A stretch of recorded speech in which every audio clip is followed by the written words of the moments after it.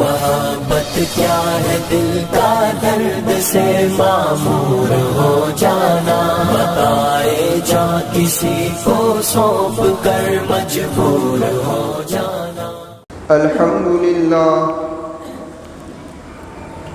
الحمدللہ رب العالمین، والصلاة والسلام على سید المرسلین وعلى آلہ واصحابہ اجمعین، اما بعد فقد قال اللہ تبارک وتعالی فی الکلام المجید والفرقان الحمید، اعوذ باللہ من الشیطان الرجیم، بسم اللہ الرحمن الرحیم، ومن احسن قولا ممن دعا الى اللہ وعمل صالحا وقال اننی من المسلمین، صدق اللہ العظیم۔ معزز سامعین کرام اور پردہ نشین میری ماؤں اور بہنوں، گزشتہ جمعہ اذان کے متعلق کچھ بات عرض کی تھی۔ آج کی اس مجلس میں بھی اسی عنوان پر کچھ بات عرض کروں گا۔ اللہ تبارک و تعالی مجھے حق بات کہنے کی توفیق عطا فرمائے اور ہم تمام کو جو نصیحتیں ہیں اس پر ہم تمام کو عمل کرنے کی توفیق عطا فرمائے۔ تو آج کی اس مجلس میں اذان کی ابتدا کب ہوئی اور کیوں ہوئی، اور دوسری بات اذان کی اہمیت کیا ہے اور فضیلت کیا ہے، اور اذان دینے والوں کی فضیلت کیا ہے، اس کے متعلق کچھ بات عرض کروں گا۔ پھر زندگی رہی تو آئندہ جمعہ کو ہم اذان کے کلمات کے متعلق کچھ بات عرض کریں گے۔ اذان کی ابتدا صحیح روایتوں کے مطابق مدینۃ المنورہ میں ہوئی، اور کیوں ہوئی؟ نماز کی اطلاع دینے کی غرض سے ہوئی۔ اب دیکھیے، آپ جانتے ہیں کہ مسجد نبوی کے قریب کے اندر قبرستان آج بھی ہے، اس وقت بھی تھا، اور مسجد نبوی کے قریب کے اندر کوئی محلہ نہیں تھا، جتنے بھی محلے تھے وہ دور تھے۔ اس لیے نماز کے لیے بعض لوگ وقت دیکھ کر آ جاتے تھے تو مسجد میں آ کر کافی دیر تک بیٹھنا پڑتا تھا، اور بعض لوگ دیر سے آ جاتے تو اس لیے جماعت سے نماز چھٹ جایا کرتی تھی، کیونکہ کوئی آواز تو نہیں تھی بلانے کے لیے۔ اس لیے صحابہ کرام رضوان اللہ تعالی علیہم اجمعین اللہ کے محبوب صلی اللہ علیہ وسلم کے پاس اکٹھے ہوئے اور جمع ہوئے اس مسئلے کے بارے میں کہ بھئی کیا کیا جائے نمازیوں کو بلانے کے لیے۔ اب رائے آنی شروع ہوئی۔ بعضوں نے رائے یہ دی کہ بھئی نرسنگا بجایا جائے، بیوغل بجایا جائے، تاکہ لوگوں کو پتہ چل جائے کہ نماز کا وقت ہو گیا ہے۔ اللہ کے محبوب صلی اللہ علیہ وسلم نے اس رائے کو رد کر دیا، کیونکہ نرسنگا یہودی لوگ بجاتے ہیں اور مدینۃ المنورہ کے اندر یہودی موجود تھے، اس لیے ایک مشابہت تھی۔ اس لیے اللہ کے محبوب صلی اللہ علیہ وسلم نے اس رائے کو کیا کر دیا بھائی؟ رد کر دیا۔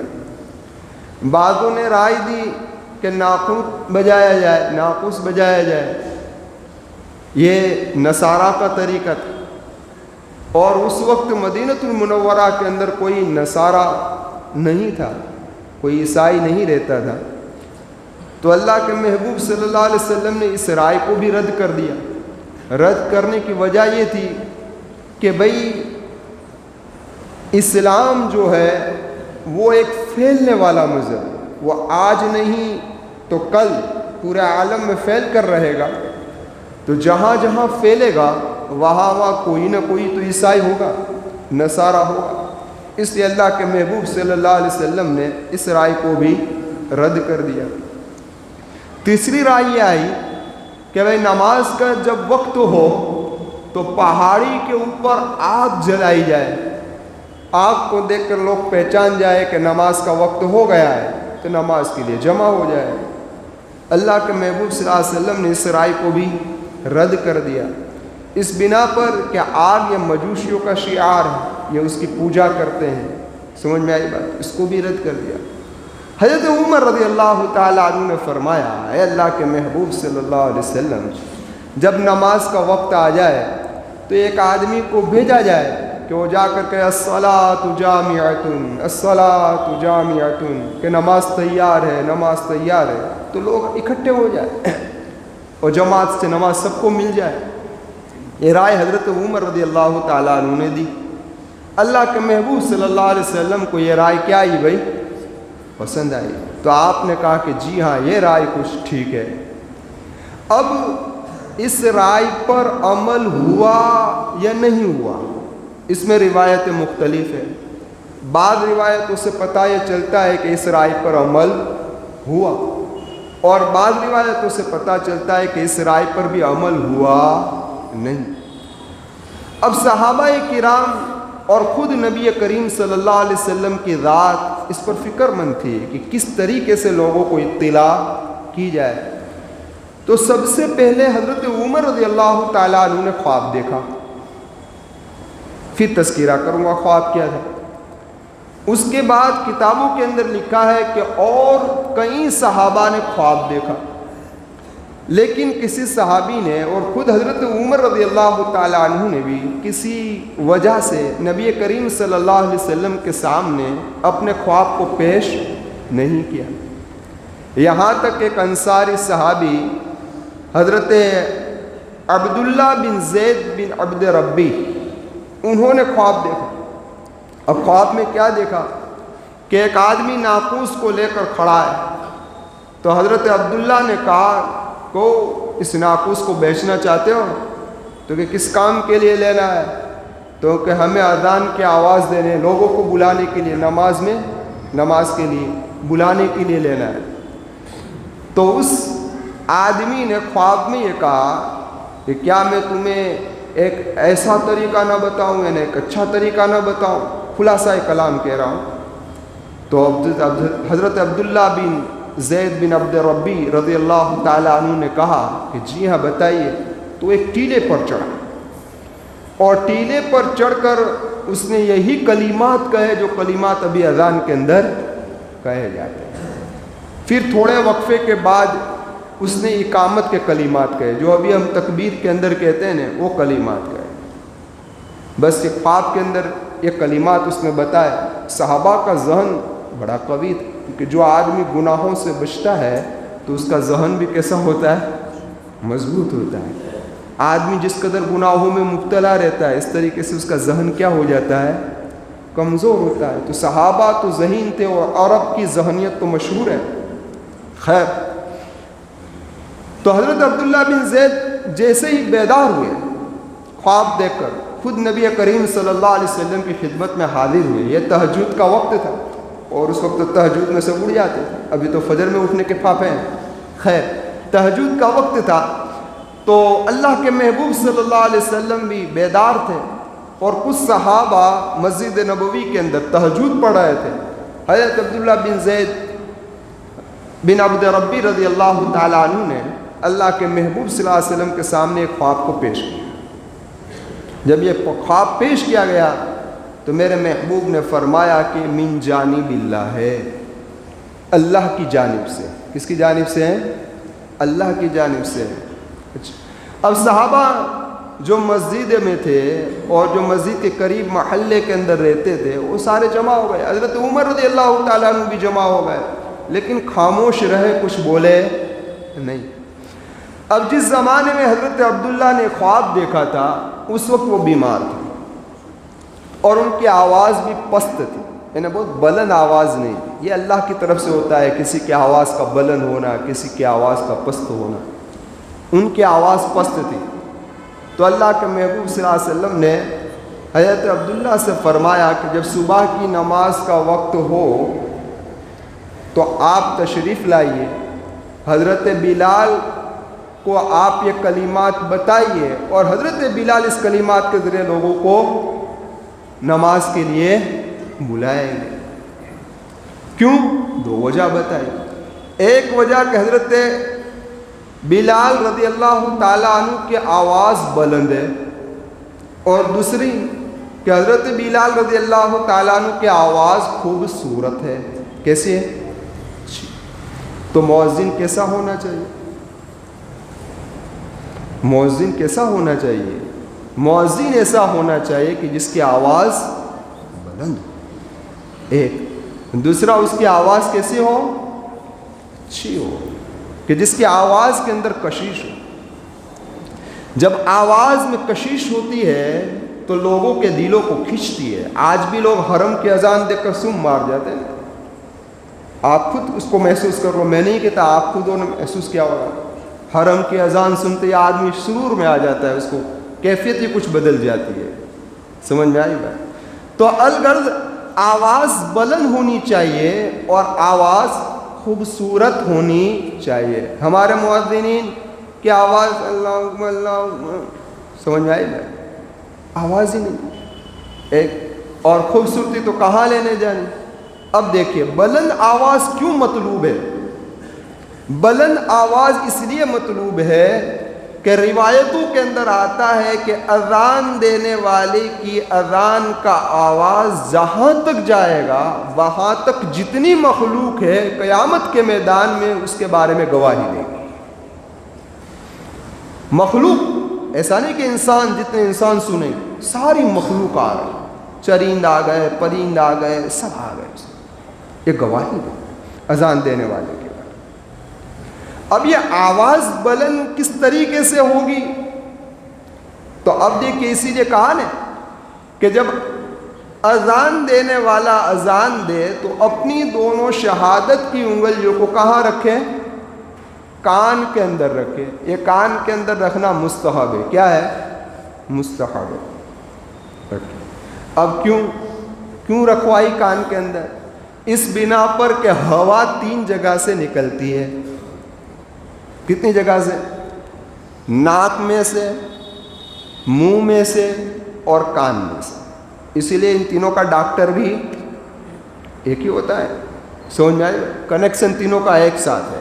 سمجھ میں آئی بات؟ ناک میں سے، کان میں سے اور منہ میں سے۔ اب جب ہوا منہ سے نکلتی ہے تو اس وقت ناک سے نہیں نکلتی، اور جس وقت ناک سے نکلتی ہے اس وقت منہ سے نہیں نکلتی۔ سمجھ میں؟ اب یہ ہو سکتا ہے کہ منہ سے نکلے تو کان سے بھی نکلے، ناک سے نکلے تو کان سے بھی نکلے، اس لیے کہا کہ کان کو کر دو بند، منہ کھولو بولو، تو منہ سے نکلے گی تو ناک سے خود بخود ہو جائے گی بند۔ یہ دونوں دروازے بند ہو گئے تو اب آپ کی آواز بلند نکلے گی۔ کیا نکلے گی؟ یہ ہے کان میں انگلیاں رکھنے کی حکمت۔ سمجھ میں آئی بات؟ تو کہا اب آواز بلند نکلے گی، اور بلند آواز یہ اذان میں مطلوب بھی ہے، مقصود بھی ہے۔ یہ ہمیں چاہیے کہ مؤذن بلند آواز والا ہونا چاہیے، ایک۔ دوسری وجہ یہ ہے، علماء نے لکھی ہے کہ اپنے آپ کو خود بہرا بنا دینا ہے۔ اور آپ جانتے ہیں کہ بہرا آدمی زور سے بولتا ہے، کیوں کہ اس کو خود پتا ہے کہ میں نہیں سنتا تو جگ نہیں سنتا، وہ خود نہیں سنتا تو جگ نہیں سنتا۔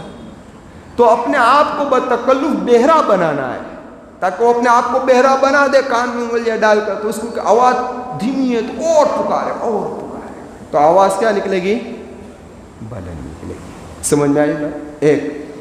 اب دیکھیے کہ بلند آواز والا مؤذن ہونا چاہیے، ایک۔ اب تو لاؤڈ اسپیکر کا زمانہ آ گیا تو ماشاءاللہ جانتے ہی ہیں۔ اب دیکھیے حضرت عمر ابن عبدالعزیز رحمۃ اللہ علیہ کا زمانہ تھا، لیکن بلند آواز کے اندر یہ اتار چڑھاؤ، اس میں گانے کی آواز یہ سب منع ہے۔ کیا ہے یہ سب؟ کیا ہے؟ منع ہے۔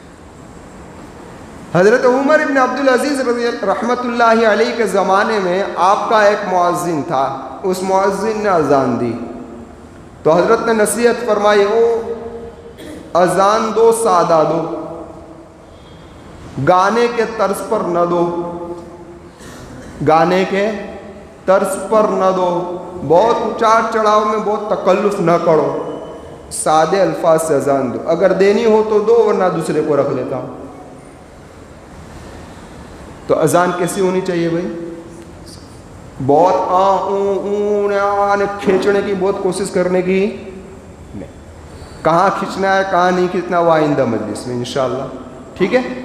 خیر، ایک دوسری بات جو یہ قرض کی تھی کہ بھائی حضرت بلال کی آواز اچھی ہے، اس لیے علماء نے لکھا ہے عالم ہو، حافظ ہو، فاضل ہو، اچھی آواز والا ہو، یا کوئی عالم حافظ نہیں ہے لیکن اچھی آواز ہے اور دیندار ہے تو اس کو اذان دینی سمجھ میں آئی بات؟ لیکن ہم یہاں کا حال نہیں، ہر جگہ کا یہ حال ہے، صرف یہاں کا مسئلہ نہیں ہے، ہر جگہ کا یہ مسئلہ ہے کہ ہم مؤذنین کیسے تلاش کرتے ہیں کہ نہ جس کو اذان کی فضیلت معلوم، نہ اذان کی اہمیت معلوم، نہ اذان کے کلمات معلوم۔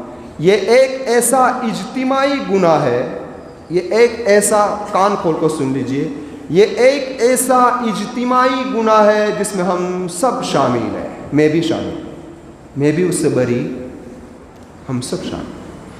اللہ اس گناہ سے ہماری حفاظت فرمائے، اس لیے کوشش یہ کرے کہ ہمارے محلے کی، ہمارے علاقے کی ہر مسجد کی اذان صحیح طریقے سے ہو۔ تو خیر، عبداللہ بن زید بن عبد ربی رضی اللہ تعالی عنہ نے جب یہ خواب بیان کیا، صبح کا وقت ہوا، آپ تشریف لائے، حضرت بلال بھی آئے۔ اب حضرت عبداللہ حضرت بلال کو کہتے جاتے تھے، حضرت بلال اذان دے رہے تھے۔ ایک طرف سے رات کا سناٹا، دوسری طرف سے پہاڑی علاقہ، اور تیسری طرف سے صوت بلالی، بلال کی آواز۔ حضرت عمر رضی اللہ تعالیٰ عنہ پر وجد طاری ہو گیا۔ ابھی بھی ہوتا ہے نا، حرم کی اذان سن کر وجد طاری ہو جاتا ہے، تو حضرت عمر پر وجد طاری ہو گیا۔ بخاری شریف کے الفاظ ہے کہ حضرت عمر رضی اللہ تعالیٰ عنہ چادر گھسیٹتے ہوئے مسجد نبوی کے اندر تشریف لائے۔ یہ چادر گھسیٹنا یہ محاورہ ہے، کیا ہے؟ حقیقت میں ایسا نہیں کہ چادر گھسیٹتے ہوئے ہے، ہاں محاورہ ہے۔ مطلب کیا ہے؟ مطلب یہ ہے کہ آدمی جس حالت کے اندر گھر کے اندر بے تکلف ہو، اسی حالت کے اندر چلا ہے۔ آپ نے میرے گھر کا بیل بجایا، میں گنجی اور لنگی پہنے ہوئے تھا تو میں اسی حالت میں چلا آیا، یہ ہے چادر گھسیٹ کر آنا۔ باقاعدہ آپ کے بیل بجانے پر میں نے کرتا نہیں پہنا، پائجامہ نہیں پہنا، بلکہ اسی حالت کے اندر میں باہر چلا آیا۔ تو یہ ہے چادر گھسیٹنے کا مطلب۔ تو حضرت عمر رضی اللہ تعالیٰ عنہ اسی حالت کے اندر، جس حالت میں گھر پر تھے، مسجد نبوی میں تشریف لائے اور کہا، اللہ کے محبوب صلی اللہ علیہ وسلم، یہ خواب تو میں نے بھی دیکھا تھا، یہ خواب تو اللہ کے محبوب نے فرمایا حضرت عمر سے، اے عمر جب یہ خواب دیکھا تو جب حضرت عبداللہ نے بیان کیا تو آپ نے کیوں نہیں بیان کیا؟ تو کہ مجھے شرم محسوس ہوئی کہ حضرت عبداللہ جب سبقت لے گئے تو میں خاموخواہ کیوں لوں، سمجھ میں آئے گا، تو اس لیے میں نے خاموشی اختیار کی۔ تو یہ ہے اذان کس طریقے سے شروع، جب سے اذان شروع ہوئی ہے آج تک اسی الفاظ کے ساتھ جاری ہے پورے عالم کے اندر، اور انشاءاللہ قیامت تک جاری، انشاءاللہ۔ اب اس اذان کی اہمیت اور فضیلت کو سن لیجیے، کتنی اہمیت ہے اس اذان کی۔ اہمیت یہ ہے کہ جب اذان دینے والا اذان دیتا ہے تو شیطان، روایتوں کے اندر آتا ہے کہ پادتا ہوا بھاگتا ہے، چلا جاتا ہے، وہ اذان کی آواز سن نہیں سکتا۔ ایک روایت کے اندر ہے کہ مقام روحہ تک چلا جاتا ہے، اور مقام روحہ مدینہ سے 36 میل کے فاصلے پر ہے۔ کتنے فاصلے پر؟ 36 میل کے فاصلے پر، یعنی آپ اندازہ لگاؤ کہ 40 اور 56 کلومیٹر دور چلا جاتا ہے۔ کتنے کلومیٹر؟ یہاں جوناگڑھ میں اذان ہوگی تو بھاگے گا کیشور تک، کیشور سے بھی آگے نکل جائے، سمجھ میں آئے؟ اتنا دور بھاگ جاتا ہے۔ کیوں بھاگتا ہے؟ وجہ اس کی یہ بھاگنے کی کہ اس کے اندر توحید کی بات ہے۔ کس کی ہے؟ اور توحید کی بات شیطان کبھی برداشت کر سکتا نہیں ہے۔ اس لیے جب اذان دی جاتی ہے تو اللہ کے ماننے والے نیک دل مسجد کی طرف دوڑنا شروع کر دیتے ہیں، اور جو مردود ہوتے ہیں وہ مسجد کی طرف آتے ہیں، کہ شیطان کو پتا ہے اس کا کہ یہ آواز کیا ہے، اس لیے چلا جاتا ہے۔ بخاری شریف کے الفاظ ہیں کہ پھر اذان ختم ہوئی تو وہ آ گیا، پھر اقامت جب شروع ہوتی ہے تو وہ بھاگ جاتا ہے، پھر چلا جاتا ہے، پھر اقامت جیسی ختم ہو جاتی ہے وہ واپس چلا آتا ہے، کیونکہ اس کے لیے تو بہت سیکنڈ کے اندر یوں سے ہی ہو جاتا ہے، آ جاتا ہے۔ پھر لوگوں کے دلوں کے اندر خیالات ڈالنا شروع کر دیا، وہ یاد دلاتا ہے نا، وہ نہیں ہے۔ یہاں تک کہ بخاری شریف کے الفاظ ہے کہ نماز پڑھنے والا اس کے خیالات میں اس طریقے سے مشغول ہو جاتا ہے کہ اسے پتہ بھی نہیں ہوتا کہ کتنی رکعتیں ہوئی۔ ہوتا ہے نا ایسا کہ نہیں ہوتا؟ ہوتا ہے۔ ایک واقعہ مشہور ہے، آپ لوگوں نے سنا ہوگا، لیکن سنا دوں آپ کو۔ امام اعظم ابو حنیفہ رحمۃ اللہ علیہ کے پاس ایک آدمی آیا، کہا کہ حضرت میرے گھر کے اندر فلاں چیز میں نے رکھی تھی، لیکن کہاں رکھی تھی وہ میں بھول گیا ہوں، کہاں رکھی تھی وہ میں بھول گیا ہوں۔ تو حضرت امام صاحب نے فرمایا کہ اچھی طریقے سے وضو کر، کپڑے بدل اور 2 رکعت نماز توجہ کے ساتھ پڑھ۔ اس نے کپڑے بدلے، اچھی طریقے سے وضو کیا اور اللہ اکبر کے نماز شروع کی، خشوع اور خضوع کے ساتھ۔ جیسے شروع کے ایسے ہی خیال آ گیا کہ فلاں جگہ پر ہے، جو اس اللہ کے بندے نے نماز ہی توڑ ڈالی، اور نماز توڑ کر فوراً نکالنے ہی بیٹھ گیا۔ پھر آیا حضرت امام صاحب کے پاس، کہنے لگا حضرت جیسے نماز شروع کی تو خیال آ گیا فلاں جگہ پر ہے، نماز توڑ ڈالی اور نکال لیا، جزاک اللہ، آپ نے بہت بڑا اچھا وظیفہ بتایا۔ تو کہ اللہ کے بندے کم از کم نماز تو پوری کر لیتا۔ ہمارا یہ حال ہے نا، ہمارا یہ حال ہے۔ پھر نماز تو دیکھو، آپ بھی کوئی چیز یاد نہ آتی، وہ آپ کی دکانوں کے حساب، فیکٹریوں کے حساب، جو نہیں مل رہا ہوگا نا وہ نماز میں مل جائے گا۔ لیکن کون سی نماز؟ جو توجہ کے ساتھ پڑھی جائے، اچھے کپڑوں کے ساتھ پڑھی جائے، اچھے وضو کے ساتھ پڑھی جائے، کیونکہ ایسی نماز شیطان پر بھاری پڑتی ہے۔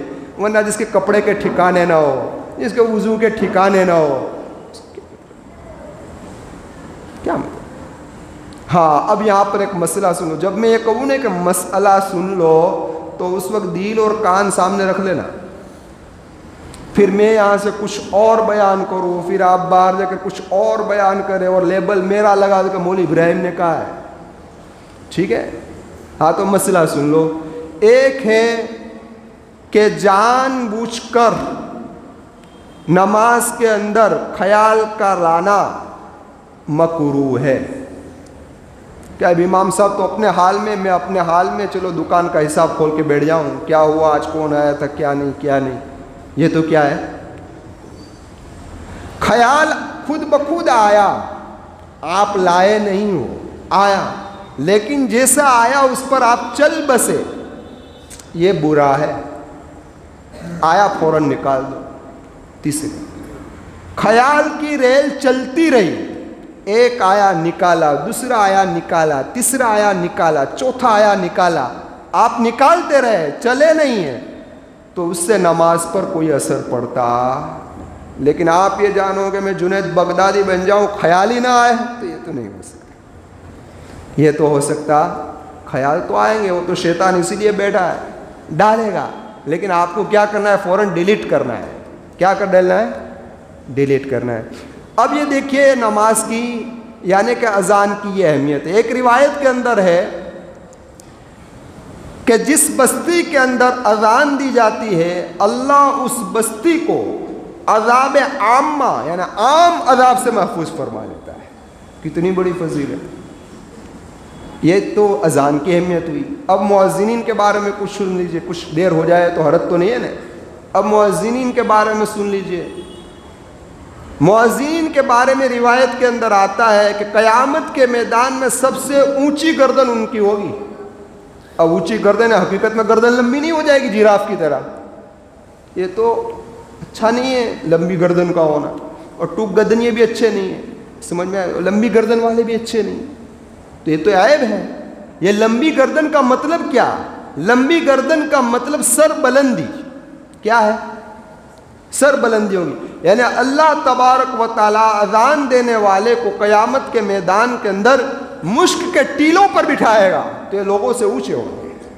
یہ اللہ انعام دے گا. اور روایتوں کے اندر آتا ہے کہ 3 قسم کے لوگوں کو اللہ تبارک و تعالیٰ قیامت کے میدان میں مشک کے ٹیلوں پر بٹھائے گا. ان میں سے ایک وہ غلام کہ جس نے اللہ کا بھی حق ادا کیا اور اپنے مالک کا بھی حق ادا کیا. ایک وہ آدمی. دوسرا یہ مؤذنین, اور تیسرا میرے ذہن سے نکل گیا, یاد آئے گا تو انشاءاللہ میں آپ حضرات کے سامنے پیش کروں گا. یہ 3 آدمیوں کو اللہ تبارک و تعالیٰ مشک کے ٹیلوں پر بٹھائے گا. تو یہ اذان مؤذنین کی فضیلت. اب ایک اور روایت سن لیجئے. جس آدمی, یہ بھی ترمذی کی روایت ہے, جس آدمی نے 7 سال تک ثواب کی نیت سے اذان دی, اللہ تبارک و تعالیٰ اسے جہنم سے برات کا سرٹیفکیٹ دے دے گا کہ جہنم میں نہیں جائے گا. اب فقیہ العصر حضرت مفتی سعید صاحب پالن پوری نور اللہ مرقدہ لکھتے ہیں اس روایت کے تحت کے اندر کہ یہاں 7 سال مسلسل دینا مراد نہیں ہے. پوری زندگی میں اتنی اذانیں دے دی جو 7 سال کا ٹارگٹ پورا ہو جائے تو اس کو یہ فضیلت حاصل ہو جائے گی. اب 360 گنیا 7 گنیا 5 آئے گا 12,600. کتنا آئے گا؟ ہاں, جس آدمی نے 12,600 اذانیں دے دی تو اس کو یہ فضیلت حاصل ہو جائے گی. کیسی فضیلت حاصل ہوگی بھائی؟ کہو تو صحیح, مجھے پتا چلے کہ آپ لوگ سن رہے ہیں. ہاں, جہنم سے برات کی فضیلت. اب سوال کرنے والے سوال کرتے ہیں, میرے پاس بھی آیا تھا ایک ساتھ میں سوال کرنے کہ ثواب کی نیت سے پیسے لے کر اذان دے تو یہ ثواب ملے گا کہ نہیں؟ آج سب کی نظر اماموں پر, سارے کیمرے ہمارے اماموں پر, سارے کیمرے ہمارے دینی کام کرنے والوں پر. دوسری جگہ سے ہمارے کیمرے ہٹے ہوئے ہیں, اسی جگہ پر لگے ہوئے ہیں. وہ 3,000 بیچارہ تنخواہ لے جاوے اذان دے کر تو وہ ہماری نظر میں آ جائے, لیکن ہمارا ایک بچہ اسکول میں جاوے اور 3,000 لے جاوے تو اس پر ہمیں کبھی رنج اور غم کبھی نہیں ہوتا ہے. مجھے تو اس کو انگلش میڈیم میں پڑھانا ہے نا, اور وہاں کتنا خرچہ ہوتا ہے سالانہ دیکھ لو آپ, لیکن یہاں ہمیں گوارا نہیں. تو یہاں ثواب کی نیت, تو اس پر لوگ کہتے ہیں کہ بھئی کیا ہے کیا نہیں. تو ایک بات, مسئلہ, اب مسئلہ کہہ رہا ہوں سمجھ لو, کان کھول کر سن لو. ہاں, مسئلہ کیا ہے؟ مسئلہ یہ ہے کہ بھئی جو آدمی دینی کام کر رہا ہے, کیا کر رہا ہے, ہاں, اور اس کا ارادہ ثواب ہی کی نیت ہے کہ آخرت میں اللہ مجھے اس کا اجر دے, اور اس کے گھر کی ضرورت کے بقدر, اس کے گھر کی ضرورت پوری کرنے کے لیے اگر وہ اجرت لے تو اس کا لینا جائز ہے. کیا ہے؟ اپنے گھر کی ضرورت کو پورا کرنے کے لیے, کیونکہ اس کا دل کا ارادہ مال نہیں ہے, دل کا ارادہ ثواب ہے, آخرت کا اجر ہے. لیکن اب گھر کی بھی ضرورت ہے نا, وہ بھی تو پوری کرنی ہے, تو اس کے لیے اجرت لے رہا ہے, تو یہ کیا ہے؟ جائز. اب پہچانا کیسے جائے گا کہ یہ ثواب کی نیت سے کر رہا ہے یا مال کے لیے کر رہا ہے؟ تو کہ اگر معقول وجہ سے دینے والے نے تنخواہ بند کر دی, پہلی بات سن لینا, معقول وجہ ہو تنخواہ بند کرنے کی, کوئی غیر معقول وجہ نہ ہو, معقول وجہ, سمجھ میں آئی بات. اور جو اذان دے رہا ہے, جو امامت کرا رہا ہے, یا جو دینی خدمت کر رہا ہے, اس کی معاشی حالت بھی اچھی ہے, یعنی اگر یہاں سے تنخواہ نہ ملے تب بھی اس کا گھر بار چل سکتا ہے. پھر اگر وہ یہ ذمہ داری کو چھوڑ دے تو سمجھ لو کہ اس کے اندر مال کی محبت ہے, خدمت کی محبت. سمجھ گئے؟ ہاں, اس طریقے سے یہاں تنخواہ مل رہی ہے, ماشاءاللہ ہماری مسجد کے امام صاحب کی تنخواہ تو اچھی ہے, لیکن کسی اور جگہ پر آپ دیکھیے کیا حال ہے. تو خیر یہاں تنخواہ مل رہی ہے 8,000 روپئے, برابر ہے. اب امام صاحب کو فون آیا, حضرت آپ کی آواز بہت اچھی ہے, ہمارے یہاں تشریف لائیے, ہم 15,000 آپ کو تنخواہ دیں گے. تو اب یہ حافظ صاحب کے پاس خیال آیا, اب حافظ صاحب کا یہاں 8 ہے وہاں 15 ہے, تو حافظ صاحب یہاں سے ہو گئے کیا؟ ہاں, تو اب سمجھ میں آیا کہ حافظ صاحب کے دل کے اندر مال کی محبت ہے, خدمت کی محبت.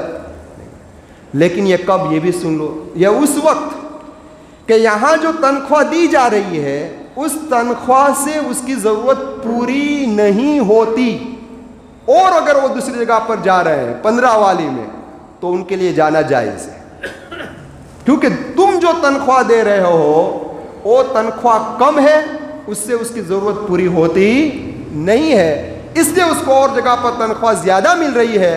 تو یہ مال کی محبت نہیں ہے, اس کی ضرورت کو پورا کرنا ہے تو اس کے لیے جانا صحیح.